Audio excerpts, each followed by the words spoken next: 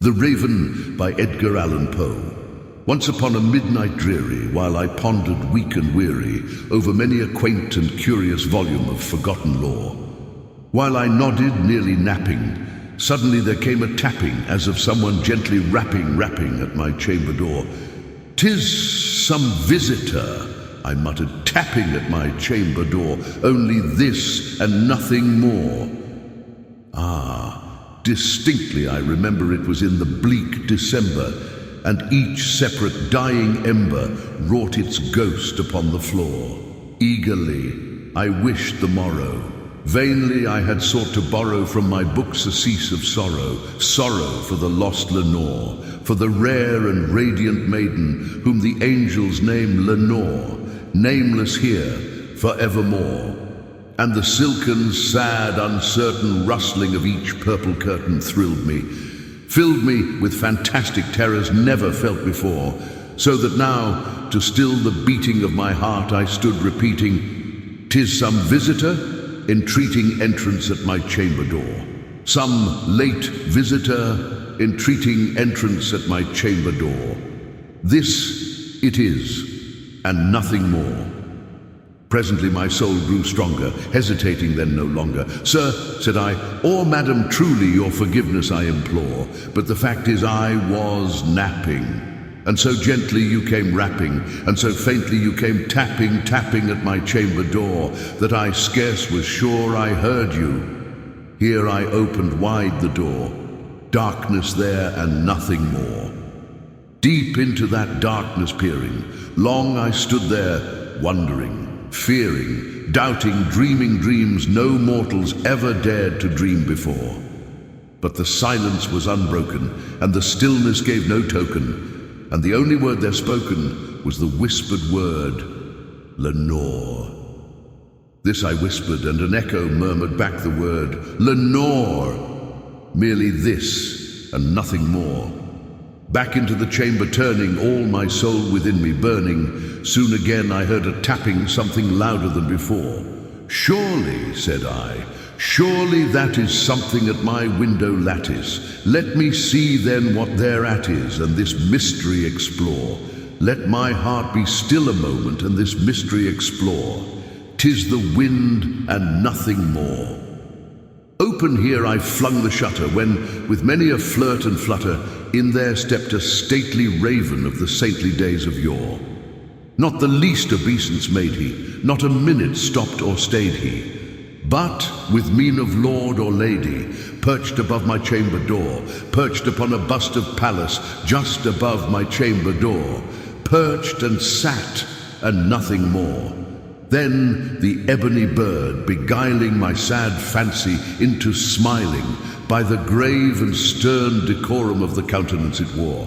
"Though thy crest be shorn and shaven, thou," I said, "art sure no craven, ghastly, grim, and ancient raven, wandering from the nightly shore. Tell me what thy lordly name is on the night's Plutonian shore."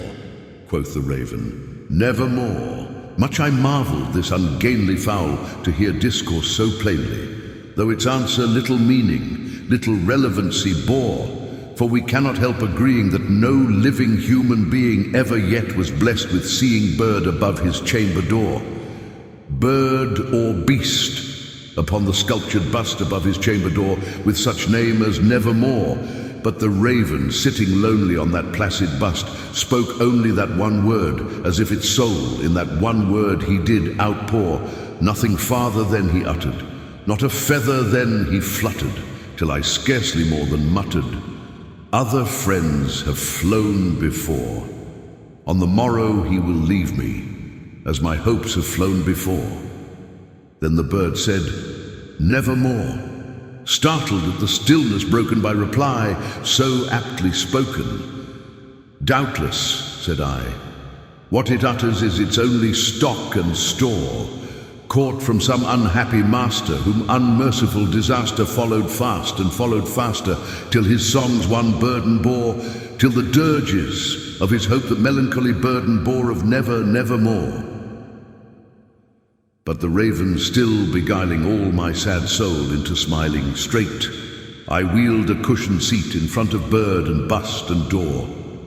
Then, Upon the velvet sinking, I betook myself to linking fancy unto fancy, thinking what this ominous bird of yore, what this grim, ungainly, ghastly, gaunt, and ominous bird of yore meant in croaking Nevermore.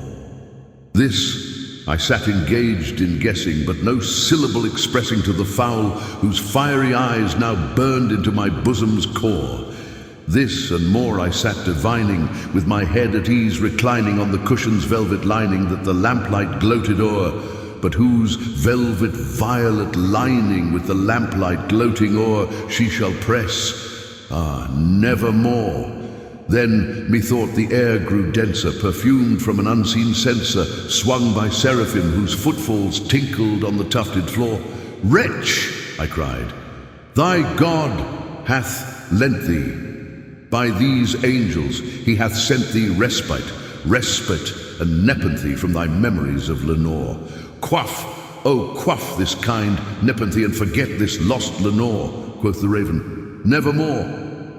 Prophet say, said I, "Thay, die thing of evil shall prophet still, if bird or devil, whether tempter sent or whether tempest toss thee here ashore, desolate yet all undaunted, on this desert land enchanted, on this home by horror haunted. Tell me truly, I implore, is there balm in Gilead? Tell me, I implore." Quoth the raven, "Nevermore."